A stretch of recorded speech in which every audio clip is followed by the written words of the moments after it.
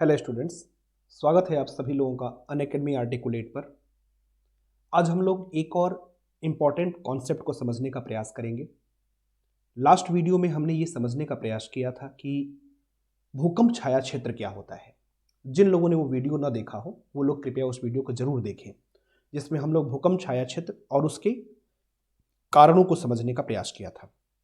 आज का ये जो टॉपिक है ये काफ़ी इम्पॉर्टेंट टॉपिक है, क्योंकि ये जो टॉपिक है भूकंप क्षेत्र, ये ज्योग्राफी का तो एक इम्पॉर्टेंट टॉपिक है ही। मतलब इसमें ज्योग्राफी से अ, मतलब पेपर फर्स्ट, जीएस का पेपर फर्स्ट है, उसमें तो प्रश्न पूछे ही जाते हैं ज्योग्राफी के सेगमेंट में।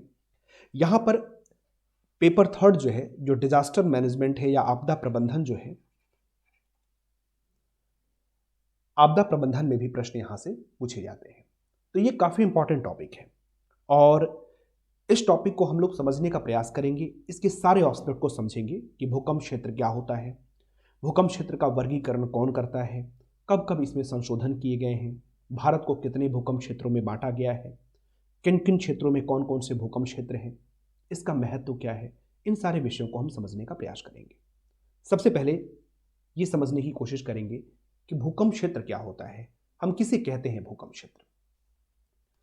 तो मैं आप लोगों को बताऊं कि भूकंप क्षेत्र जो है ये हमारे भारत को अगर देखें तो हमारे इंडिया का 59% पार्ट जो है, अगर देखा जाए भारत के पूरे भूभाग का, तो लगभग 59% जो क्षेत्र है ये भूकंप प्रभावित क्षेत्रों में आता है। भूकंप प्रभावित क्षेत्रों में आता है हमारे देश का 59% भाग।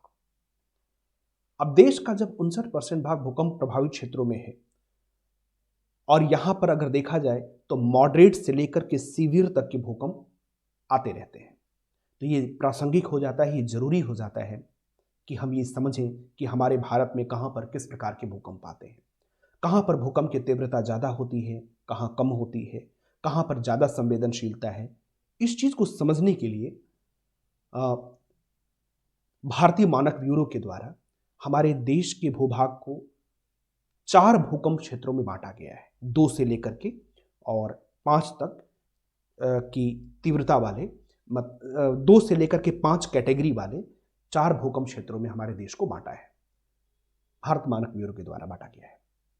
तो ये जो डिवीजन किया गया है, ये जो विभाजन किया गया है, इसका आधार क्या रहा है। अगर आधार देखें तो जो इतिहास में या पास्ट में जो भूकंप आए हैं, पहले जो भूकंप आए हैं उन भूकंपों की तीव्रता, पहले आए भूकंपों की तीव्रता और उनकी बारंबारता, तीव्रता एवं बारंबारता, जो पहले भूकंप आए हैं उनकी तीव्रता, बारंबारता। इसके अलावा जो हमारे इस पूरे सब कॉन्टिनेंट का, इस पूरे भारतीय उपमहाद्वीप का जो टेक्टोनिक सेटअप है, मतलब जो विवर्तनिक स्थिति है, टेक्टोनिक सेटअप, जिसमें हम लोग ये देखते हैं कि जो भारतीय प्लेट है ये यूरेशियाई प्लेट से जाकर टकरा रही है, भारतीय प्लेट यूरेशियाई प्लेट के नीचे क्षेपित हो रही है। इसके नाते भारतीय प्लेट और यूरेशियाई प्लेट के किनारे पर जहाँ पे दोनों प्लेटें टकरा रही हैं वो एक अभिसारी किनारा है और वहाँ पर एक नवीन वलित पर्वत हिमालय का निर्माण हुआ है। तो इस तरह से जो हमारा टेक्टोनिक सेटअप है उसको देखते हुए कि उत्तर में जो भारतीय प्लेट है वो टकरा रही है, दक्षिण जो भाग है वो जहाँ पर प्लेट टकरा रही है वो उससे थोड़ा सा दूर क्षेत्र है, क्योंकि जो प्लेट का जो टकराना है वो उस उत्तरी भाग में हो रहा है और जो दक्षिणी भाग है थोड़ा सा दूर है। तो इन सब आधार पे और अलग अलग क्षेत्रों में जो भूकंप आते रहे हैं उनकी बारंबारता, उनकी तीव्रता, इसको ध्यान में रख करके हमारे देश को भूकंप क्षेत्रों में बांटा गया है। और कितने भूकंप क्षेत्रों में बांटा गया है, तो जैसा कि सामने है कि हमारे देश को इस तरह से ये 4 कैटेगरी बनाई गई है, जिसमें भूकंप जोन 2 से लेकर 5 तक के क्षेत्र आते हैं। अब हम लोग थोड़ा सा इसको और समझने का प्रयास करते हैं। जैसे मैं आपको बता रहा हूं कि हमारे देश को भूकंप क्षेत्रों में डिवाइड किया गया है। ये कौन करता है, तो ये करता है भारतीय मानक ब्यूरो, बीएसआई, इसके द्वारा किया जाता है, भारतीय मानक ब्यूरो के द्वारा, ब्यूरो ऑफ इंडियन स्टैंडर्ड। इसने हमारे देश को भूकंपों की तीव्रता और बारंबारता के आधार पर भूकंप क्षेत्र 2, 3, 4 और 5 में विभाजित किया है। लेकिन अगर हम थोड़ा सा ऐतिहासिक रूप से देखें तो भूकंप क्षेत्र का जो वर्गीकरण किया गया है वो सबसे पहले 1935 में किया गया था। 1935 में 1935 में किया गया था सबसे पहले।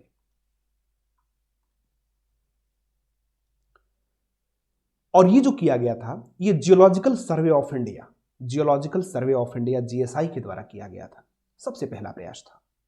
लेकिन उसके बाद हमारे भारत में इसका भूकंप क्षेत्र का संशोधन किया गया। कुछ जो भूकंप आए उनके कारण एक्चुअली ये जो 1935 में जो निर्धारण किया गया था या सबसे पहले भारत को भूकंप क्षेत्रों में बांटने का प्रयास किया गया था, इसका कारण था कि 1934 में 15 जनवरी 1934 को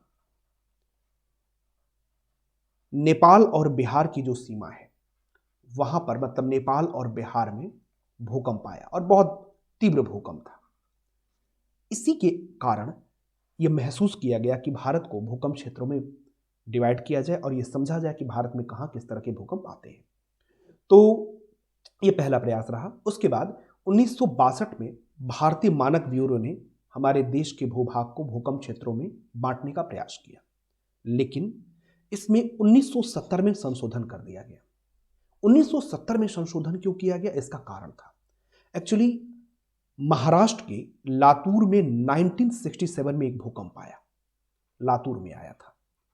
अब लातूर जो है महाराष्ट्र का, वो अगर देखा जाए तो पहले के जो मानक थे या पहले का जो मैप था, पहले का जो मानचित्र था, उसके आधार पर वो भूकंप से प्रभावित क्षेत्रों में या सबसे न्यूनतम भूकंप प्रभावित क्षेत्रों में उसको रखा गया था। लेकिन लातूर के भूकंप ने उस पूरी धारणा को परिवर्तित कर दिया और फिर से ये आवश्यकता महसूस की गई, मैं यहाँ पे लातूर बोल दिया था, कोहिना में आया था, मैं लातूर बोल दिया था, ये कोहिना में आया था। लातूर में 1993 में आया था, 1993 में आया था, कोयना में आया था, लातूर में नहीं, कोयना में। तो कोयना में जो भूकंप आया उसने पूरी धारणा को बदल दिया कि नहीं, जो दक्षिण भारत जिसको हम सेफेस्ट एरिया मानते हैं या मानते हैं कि भूकंप से प्रभावित क्षेत्र नहीं है, बहुत स्टेबल लैंड है, यहाँ पर भी भूकंप आ सकता है। और जब वहाँ भूकंप आया तो फिर अब जो 1962 का जो मैप था उसको परिवर्तित किया गया। क्या परिवर्तित किया गया?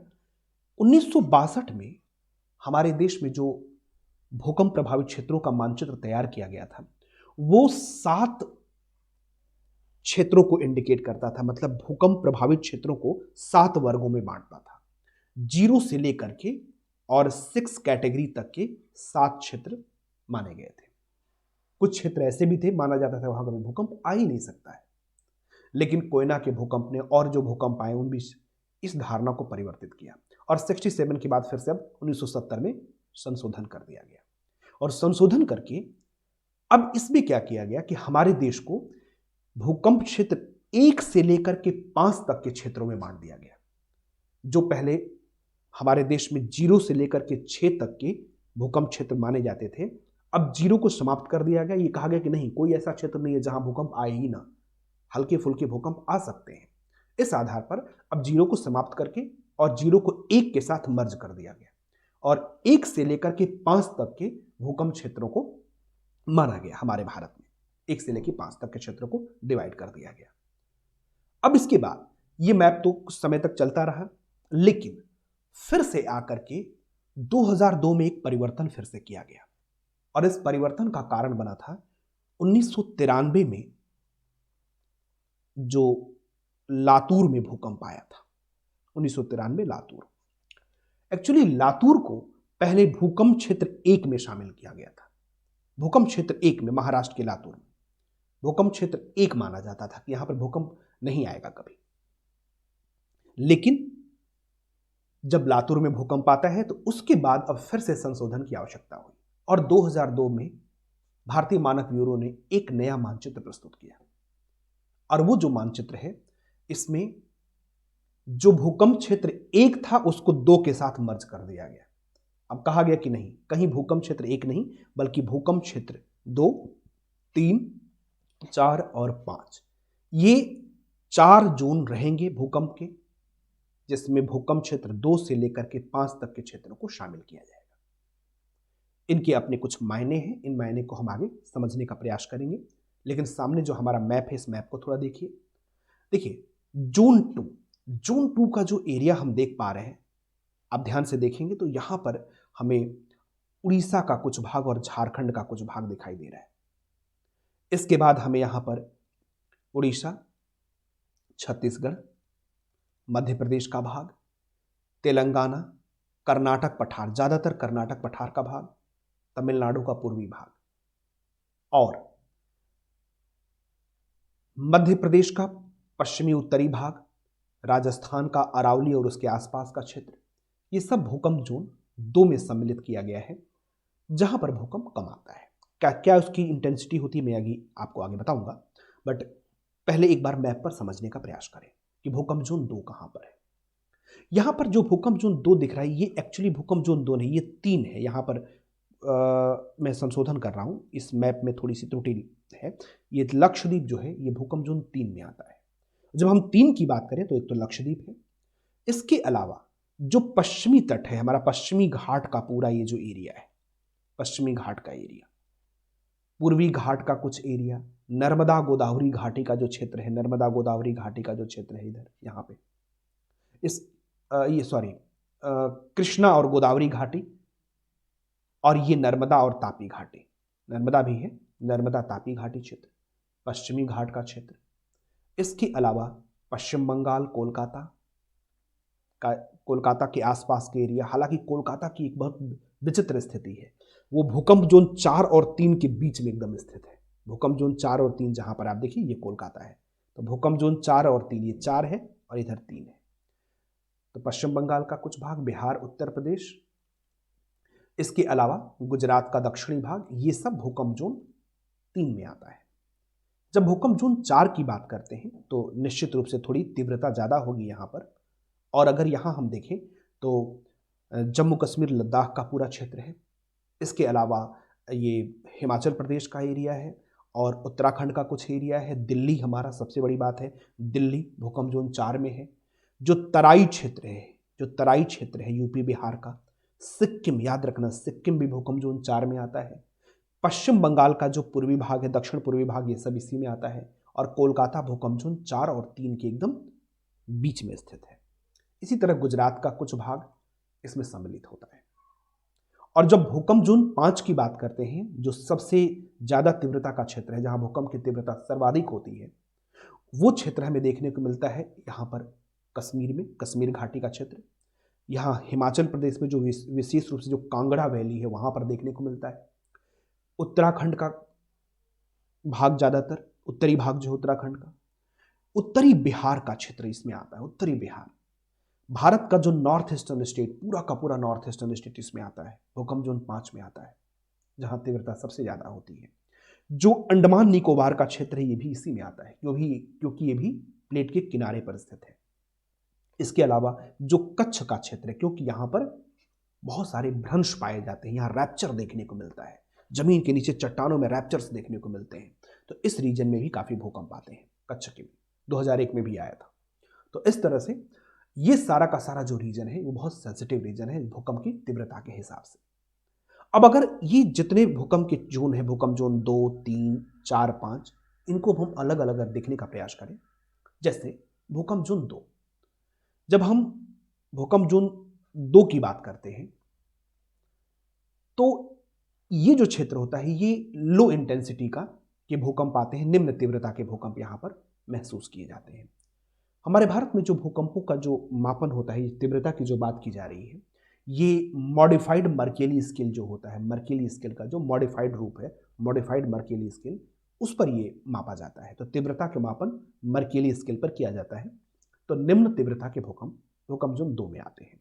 और आप देख सकते हैं यहाँ पे भूकंप जोन 2, जैसे कि मैंने अभी आपको बताया, यहाँ राज्यों के आधार पर भी आप देख सकते हैं, उड़ीसा है, झारखंड है, यहाँ पर छत्तीसगढ़ है, उड़ीसा है, इधर भी थोड़ा सा महानदी घाटी को छोड़ करके, महानदी घाटी यहाँ पर भूकंप जोन 3 में आती है, महानदी घाटी।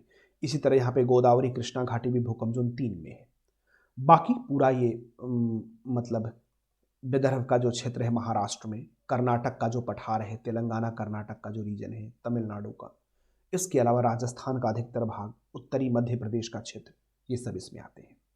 यहाँ पर अगर देखा जाए एरिया के हिसाब से तो लगभग लगभग देश का 41% एरिया, 40.93% एरिया जो है वो भूकंप जोन 2 के अंतर्गत आता है। और यहाँ पर अगर देखा जाए तो भूकंप की तीव्रता मतलब 6 इंटेंसिटी से कम के भूकंप आते हैं। मॉडिफाइड मर्केली स्केल जो है उस पर मापा जाता है और उसके आधार पर भूकंप जोन, भूकंप की तीव्रता 6 की तीव्रता से कम वाले जो भूकंप होते हैं वो यहाँ पर आते हैं। इसके बाद जब हम भूकंप जोन 3 की बात करते हैं तो भूकंप जोन 3 में औसत तीव्रता के भूकंप आते हैं। और इसका अगर हम क्षेत्र देखें तो इसका क्षेत्र हमें देखने को मिलता है यहाँ पर राजस्थान में देखने को मिलता है पश्चिमी भाग में, गुजरात का दक्षिणी भाग हमें देखने को मिलता है इसमें। इसके अलावा महाराष्ट्र और ये पूरा वेस्टर्न घाट, पश्चिमी घाट जो है, पश्चिमी घाट का क्षेत्र देखने को मिलता है। लक्षद्वीप का जो क्षेत्र है ये भी भूकंप जोन 3 में आता है। देखिए लातूर की जो हम लोग बात कर रहे थे, सॉरी कोयना का, ये कोयना भूकंप जोन 4 में आता है। यहाँ पर महाराष्ट्र में, दक्षिण भारत में भी भूकंप जोन 4 का क्षेत्र है। ये क्वेश्चन के हिसाब से, प्रीलिम्स के हिसाब से इंपॉर्टेंट पॉइंट है कि दक्षिण भारत में कहाँ पर भूकंप जोन 4 का क्षेत्र आता है। सामान्यतः हम यही समझेंगे कि उत्तर भारत में आएगा, दिल्ली में आएगा, लेकिन नहीं, दक्षिण भारत में महाराष्ट्र में कोयना के आसपास का जो रीजन है वहां पर भूकंप जोन 4 का क्षेत्र है। इसके अलावा पश्चिम बंगाल के दक्षिणी भाग में भी भूकंप जोन 4 का क्षेत्र आता है। लेकिन मैं फिलहाल 3 की बात कर रहा हूं। अब ये नर्मदा और तापी घाटी है, यहाँ पर कृष्णा गोदावरी घाटी, ठीक है। तो यहाँ पर 7 तीव्रता, औसतन 7 तीव्रता तक के मॉडिफाइड मर्केली स्केल पर 7 इंटेंसिटी के भूकंप यहाँ पर फील किए जाते हैं। और अगर हम एरिया की बात करें तो लगभग 30.79%, मतलब लगभग 31% एरिया ऐसा है देश का जो इसके अंतर्गत आता है। इसके बाद जब हम भूकंप जोन 4 की बात करते हैं तो भूकंप जोन 4 सबसे ज़्यादा, एक तरह से काफ़ी सेंसिटिव रीजन है, सबसे ज़्यादा तो नहीं कहूँगा बट सेंसिटिव रीजन है जहाँ पे प्रायः भूकंप आते हैं। इसमें देश का उत्तरी भाग जो है, जिसमें हम लद्दाख का पूरा क्षेत्र, कश्मीर, हिमाचल, पंजाब का उत्तरी भाग, पूरा तराई का क्षेत्र, दिल्ली भी इसी में है। यहाँ पर उत्तराखंड का भी कुछ भाग है, उत्तराखंड का कुछ भाग है, पूरा तराई का क्षेत्र है ये, यूपी बिहार का जो तराई बेल्ट है, सिक्किम भी इसी में आता है। आप याद रखिएगा कि सिक्किम भूकंप जोन 4 में है, 5 में नहीं है। इसके अलावा पश्चिम बंगाल का कुछ भाग है, कोलकाता के आसपास का, कोलकाता तो 3 और 4 के बीच में है जैसा मैं आपको पहले बताया। यहाँ पर महाराष्ट्र में कोयना के आसपास का जो क्षेत्र है और थोड़ा गुजरात में भी, ये सब भूकंप जोन 4 के क्षेत्र है। यहाँ पर 8 तीव्रता तक के भूकंप आते हैं और देश में लगभग देखा जाए तो लगभग 17.5% एरिया ऐसा है, 17.5% एरिया जो भूकंप जोन 4 के अंतर्गत आता है। अब जब हम भूकंप जोन 5 की बात करते हैं तो ये तो काफ़ी देखा जाए तो सबसे ज़्यादा सेंसिटिव जोन है। अति उच्च तीव्रता के भूकंप यहाँ पे महसूस किए जाते हैं। देश का लगभग 11% एरिया, मतलब 10.79% एरिया इसके अंतर्गत आता है।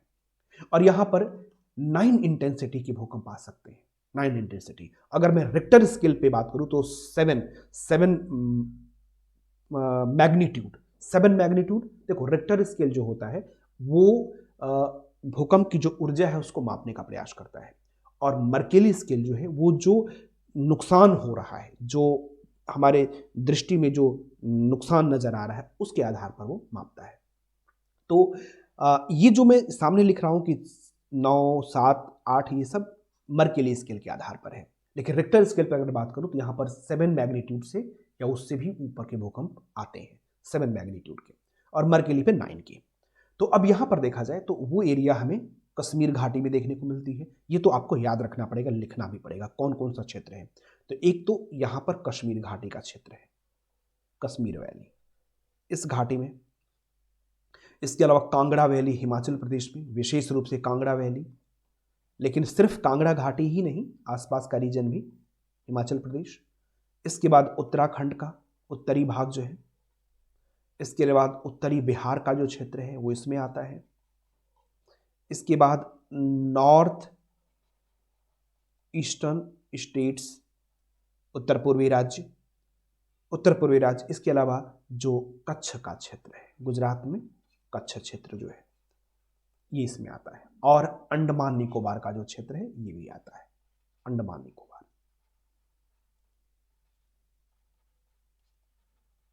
अंडमान निकोबार ये भूकंप जोन 5 के अंतर्गत आते हैं।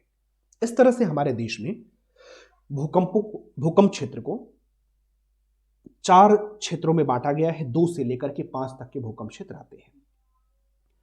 अब अगर मैं ये समझने का प्रयास करूं, समझाने का प्रयास करूं कि भूकंप जोन जो बांटे गए हैं इसका महत्व क्या है, इसकी उपयोगिता क्या है, तो देखिए इसका महत्व कई दृष्टिकोणों से हमें देखने को मिलता है। सबसे पहला जो महत्व हम इसमें देख पाते हैं कि देश के आपदा प्रभावित जो क्षेत्र है,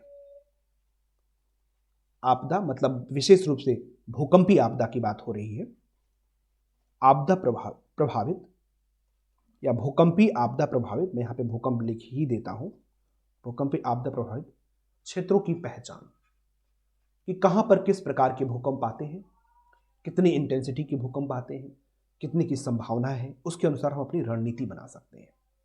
ये इसका महत्व है। इसके अलावा यहां पर पहचान करने के बाद नीतियां बनाना, योजनाएं लागू करना, ये सब संभव हो पाता है।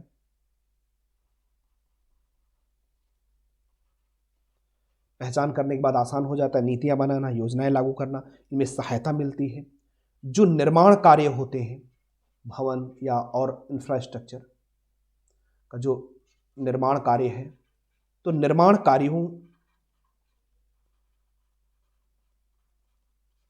कार्यों हेतु दिशा निर्देश जारी किया जा सकता है, आवाज उठाई जा सकती है, समझा जा सकता है कि कौन सा क्षेत्र कितना संवेदनशील है। जैसे अभी आप लोग देख रहे हैं कि जो उत्तराखंड का जोशीमठ का जो क्षेत्र है वहाँ पर ज़मीन नीचे धंस रही है, तो वहाँ पे निर्माण कार्य बहुत ज़्यादा किया गया है। कई सारे कारणों में से एक कारण ये भी माना जा रहा है निर्माण कार्य होना, अधिकता, बहुत ज़्यादा शहरीकरण, इस सब को और निर्माण कार्यों की अधिकता की वजह से जो टनल बनाए जा रहे हैं उसके कारण वहाँ पे ज़मीन जो है वो नीचे धंसती चली जा रही है। तो इस तरह के जो कार्य किए जाते हैं उसके लिए कम से कम दिशा निर्देश तैयार किया जा सकता है। इसका एक महत्व ये भी होता है। इसके अलावा आपदा के प्रबंधन में हमें सहायता मिलती है। आपदा प्रबंधन और जो पूर्व तैयारियां होती हैं उसमें हमें जब मैपिंग हुई रहती है तो उसमें हमें मदद मिलती है। लेकिन अगर हम इसकी देखें तो इसकी अपनी कुछ सीमाएं भी हैं, क्योंकि इतिहास गवाह है कि इस मैप को, जो भूकंप प्रभावित क्षेत्र का जो मानचित्र है, इसको बार बार परिवर्तित किया गया है आने वाले भूकंपों के आधार पर। जो भूकंप आते हैं उनको देख करके भूकंप के मानचित्र को बदलते रहते हैं। तो कहीं ना कहीं बार बार जो परिवर्तन किया जाता है, इससे ये पता चलता है कि ये जोनेशन जो है, जो जोन निर्धारित करना अर्थात जोनेशन, ये उतना भी प्रासंगिक नहीं बैठता है क्योंकि ये स्थायी नहीं है। तो जो अनुभव बताते हैं, अनुभव के आधार पर ये देखा जाता है, जो अनुभव बताते हैं या पहले के जो अनुभव हैं, अनुभव के आधार पर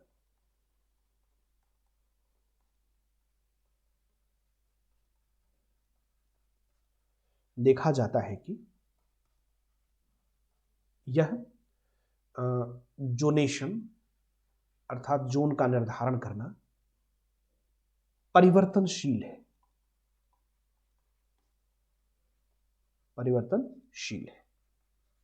और उतना भी प्रासंगिक नहीं। प्रासंगिक है, मैं ये नहीं कहूंगा प्रासंगिक नहीं, बहुत प्रासंगिक है, लेकिन कहीं ना कहीं इसकी कुछ सीमाएं भी है, इसकी प्रासंगिकता की अपनी कुछ सीमाएं भी है।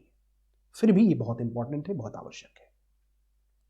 इसके आधार पर ही हम अपने आपदा प्रबंधन की रणनीतियों को तैयार कर सकते हैं, उसके लिए पूर्व तैयारियां कर सकते हैं, दिशा निर्देश जारी किया जा सकता है। तो ये काफ़ी महत्वपूर्ण है, बहुत ज़रूरी है, और क्वेश्चन के हिसाब से भी बहुत ज़रूरी है। प्रीलिम्स हो चाहे मेंस हो, चाहे ज्योग्राफी हो चाहे आपदा प्रबंधन हो, दोनों ही दृष्टिकोण से इंपॉर्टेंट है। तो ये एक बहुत इंपॉर्टेंट वीडियो था जिसको हमने समझने का प्रयास किया है। इसको आप अच्छे से समझिए, कुछ नोट्स बनाइए, और फिर से मैं किसी और वीडियो के साथ आपके बीच उपस्थित हो जाऊंगा। Thank you so much.